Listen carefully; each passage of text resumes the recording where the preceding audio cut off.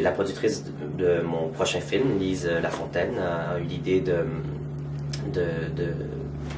faire équipe avec Tusco Pro, afin d'inscrire ce mouvement dans la structure de mon film pour nous aider à amasser quelques fonds pour le tournage et à impliquer les gens de façon directe dans le processus. D'abord, commencer par remercier les internautes qui déjà ont investi dans le film, ont soutenu le projet. Je suis très touché et étonné. C'est toujours étonnant de voir des gens qu'on ne connaît pas mais qui nous soutiennent, ou qui croient en nous, ou en tout cas en notre projet. Je suis vraiment très touché, puis stimulé aussi. Et puis pour les internautes à venir,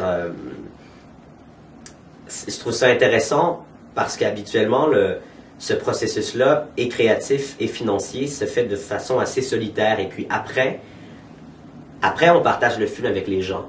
Mais c'est étrange d'établir un contact avec eux avant même que le film existe. On n'est pas habitué à ça, c'est très riche, c'est très stimulant de savoir que déjà, les gens croient au film avant même de pouvoir en voir des images, d'en voir des fragments, en voir des... Parce qu'habituellement, c'est la dernière étape.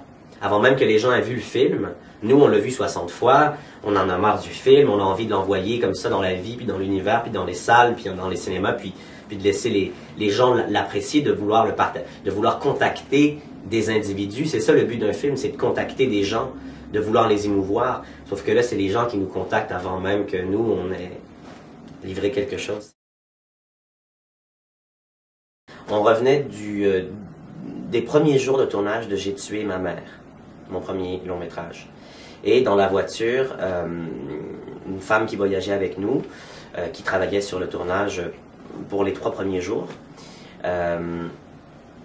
nous a raconté une histoire très rapidement sur une histoire d'amour qu'elle avait eue.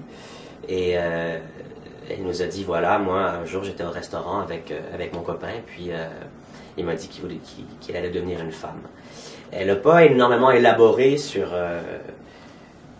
la situation, mais ça m'a évidemment marqué. Je me suis dit, voilà un repas qui ne se passe pas comme prévu. Et puis, je suis rentré chez moi ce soir-là, puis j'ai écrit 30 pages. Et après, j'ai laissé le projet rester en dormance, si on veut, en latence, pendant le tournage de J'ai tué ma mère. Puis j'ai repris l'écriture après, à l'été, et ça s'est de nouveau interrompu pour le tournage des Amours imaginaires. Puis là, je l'ai repris. Bref, ça fait environ 2 ans et demi que j'ai écrit Laurence Anyways, et c'est comme ça que j'ai eu l'idée de ce film. Laurence Anyways, le titre de mon 3e film, raconte l'histoire d'un homme qui, dans les années 90, en fait en 1989, célèbre son 30e anniversaire au restaurant avec sa copine et lui annonce qu'après le congé de Noël, il va devenir une femme. Et lui demande de l'accompagner dans cette transition, dans cette métamorphose qu'elle accepte de faire finalement. Et donc pendant 10 ans, on suit l'évolution, ou plutôt la dégringolade, si on veut, la déchéance du couple qui essaie de sauver leur amour, de se sauver eux-mêmes, mais qui n'y parviennent pas. Une pression, on me demandait beaucoup la question, en fait, pour les Amours imaginaires, comme c'était le 2e. Je pense qu'il y a toujours une pression, et c'est pas forcément une pression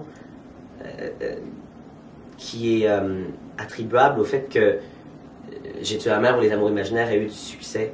C'est juste la pression de toujours s'améliorer, en fait. C'est une pression que je m'impose. C'est pas forcément ressenti de façon extérieure à moi-même, soit par le public ou par les médias. J'ai envie de faire un film meilleur, un film qui soit meilleur que les Amours imaginaires et que J'ai tué ma mère. Donc c'est la pression de se surpasser, en fait.